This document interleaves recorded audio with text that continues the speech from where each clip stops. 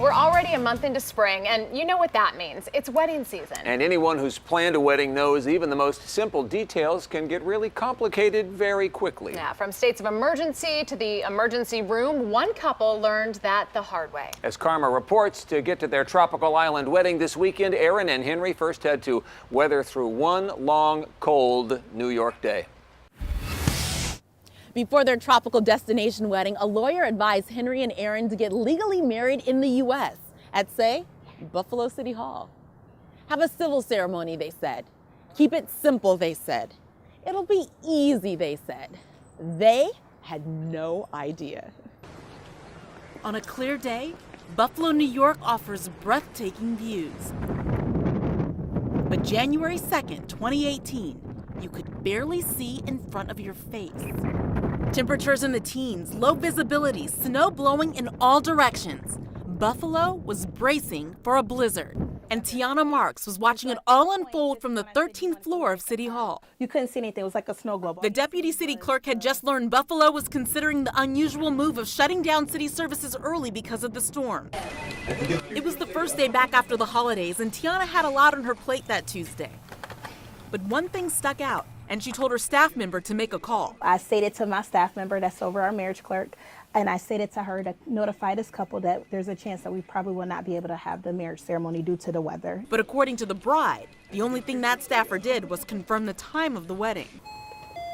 Meanwhile, across town, a different Dickerson sister was knocking on the door of this podiatrist's office. After he ripped his nail off, to take her mind off the fact that he was about to start cutting into her foot the lighter came up with just local anesthesia. Marcaine. Dr. William Hawley started making small talk with the woman, who it turns out needed that foot to get back on stage in the biggest show in town. I was further awestruck, like, wow, I got a celebrity. But it was when Aaron explained why Henry was there with her, Dr. Hawley was really taken aback. And then she said, well, by the way, he's here because we're getting married later today. I said, you're getting married later today? You got a lot going on in one day. The podiatrist says he worried about how she would feel once the anesthesia wore off, but she was unfazed. And Henry... Well, Henry seemed to be like, whatever she wants, just go with it, man. So Dr. Hawley patched Aaron up, and the betrothed went to their Airbnb to get wedding ready. But back at City Hall, It wasn't more so that it was a lot of snow, it was just that it was like a whiteout. They had just made the official call. This is breaking news. We have a blizzard warning. So Tiana's staff Literally, we were closed at 3, and then her wedding ceremony was at 4. had to make a tough call. I think we've never really canceled a marriage. She says it's not a decision she came to lightly. She was really adamant about getting married on that day and said, I gotta get married, I really wanna get married.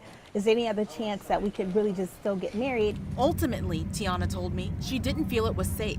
Well, they were really upset, more so the female. Devastated is more like it. You see, that day really was the only day the couple could get married. Both Henry and the mother of the bride were flying to opposite coasts the next day, and this was the last time they'd all be together before the destination ceremony. They were out of options. I'm telling you, don't let your guard down, don't travel. That is, until Henry remembered something the foot doctor had said to them just hours before. I said, well, we could do it right here. We could just do everything right here on the spot. Get the nail done, marriage. So this time, the couple made a call to find out if Dr. Hawley really was also Reverend Hawley. You told me you could do my wedding ceremony for me. Do you remember that? I said, yeah, I remember. I was just kidding. So she says, well, I really need you to do that. I'm like, okay. But there was still the matter of this storm. Wow. Yo, this whole road is about to be shut down for years. The Reverend Dr. Hawley's home church was also closing down, and he had patients to see. Luckily, all right, it was a celebrity kind of day in his office. We are sitting in here in the WUFO studios. And his next client just so happened to be the kind of boss who can find a wedding venue in the middle of a blizzard. I said, well, we're gonna make it happen. So right then and there, he's working on my feet, I'm making calls. You see, Sheila Brown doesn't just host a show. And today's topic is a man and his son. She worked her way up from entry-level sales at WUFO to buy the company, making her the first black female radio station owner in Buffalo. Boom, hey, come on. So when she makes calls, she gets results. She wants to get married today and she wants to use the church. So they all kind of chuckled in the snow. And I'm like, yeah. And she wants it to happen in like 20 minutes. What did you think as she was saying that to you? Why?